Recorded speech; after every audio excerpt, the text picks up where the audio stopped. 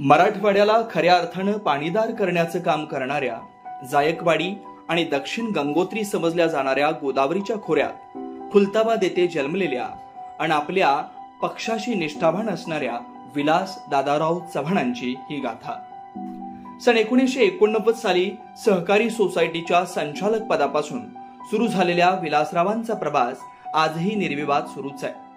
1990 साली खुलताबाद येथील वडोद बुद्रुक गावचे सरपंच, 1992 साली औरंगाबाद मध्यवर्ती सहकारी बँकेचे संचालक, 1997 खुलताबाद पंचायत समितीवर सभापतीपदी निवड झाली. पंचायत समितीमध्ये केलेल्या कामाची पावती म्हणून जनतेने त्यांना जिल्हा परिषद पदी निवडून दिलं. याच कार्यकाळात सहकार व कृषी क्षेत्रात काम करत असताना विलास चव्हाण 2003 साली जिल्हा दूध उत्पादक संघावर संचालक म्हणून निवडून आले आणि त्याच वर्षी दूध संघाचे उपाध्यक्ष म्हणून काम करण्याची त्यांना संधी मिळाली. 1989 पासून सतत जनतेत कार्यरत असल्यानं 2004 साली राष्ट्रवादी काँग्रेस पक्षाने विधानसभेची उमेदवारी दिली, पण दुर्दैवाने या निवडणुकीत फक्त 2000 मतांनी निसटता पराभव स्वीकारावा लागला. पराभव झाल्यानंतरही पराभव पचवून पुन्हा जनतेत जाण्याचा निर्णय विलास चव्हाण यांनी घेतला. त्यानंतर 2007 साली पुन्हा औरंगाबाद जिल्हा परिषद सदस्य म्हणून त्यांची निवड झाली. याच दरम्यानच्या काळात पुन्हा एकदा 2008 साली औरंगाबाद दूध उत्पादक संघाच्या संचालकपदी फेरनिवड झाली. त्यानंतर 2009, 2014 आणि 2019 अशा तीनही विधानसभा निवडणुकीत पक्षाने विधानसभेचं तिकीट नाकारलं. परंतु पक्ष नेतृत्वावर नाराज न होता बाकीच्या नेत्यांसारखं दुसऱ्या पक्षात जायचा निर्णय विलास चव्हाण यांनी घेतला नाही. 1999 साली आदरणीय शरद पवार साहेबांनी स्थापन केलेल्या राष्ट्रवादी काँग्रेस पक्षाचे तालुकाध्यक्ष म्हणून त्यांनी धुरा सांभाळली.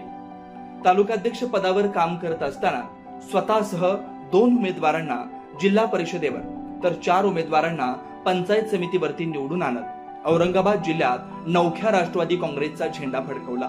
2009, 2014, 2019 या तीनही वेळेस पक्षाने निवडणूक लढण्याची संधी दिली नसली तरीही माननीय शरद पवार साहेबांच्या नेतृत्वाचा सन्मान करत संघटनेमध्ये काम करत राहिले.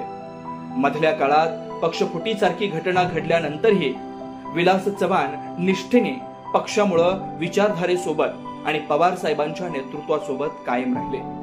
म्हणूनच पक्ष नेतृत्वाने प्रदेश कार्यकारिणीसह बुलढाणा जिल्ह्याची निरीक्षक पदाची जबाबदारी सोपवली. अशा निष्ठावान कार्यकर्त्याचा सन्मान ठेवत यंदाच्या निवडणुकीत पक्ष नेतृत्व नक्कीच सन्मान करेल अशी खात्री आहे.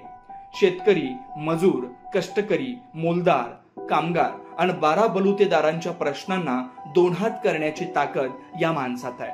महाराष्ट्र राज्याला लाभलेल्या मुत्सद्दी तेवढ्याच चलाक आणि भारतातील सर्वात बलशाली राजकारणी अनुभवाचा वड असणाऱ्या शरद पवार साहेबांच्या विचारांनी पुढे आलेला हा निष्ठावान कार्यकर्ता.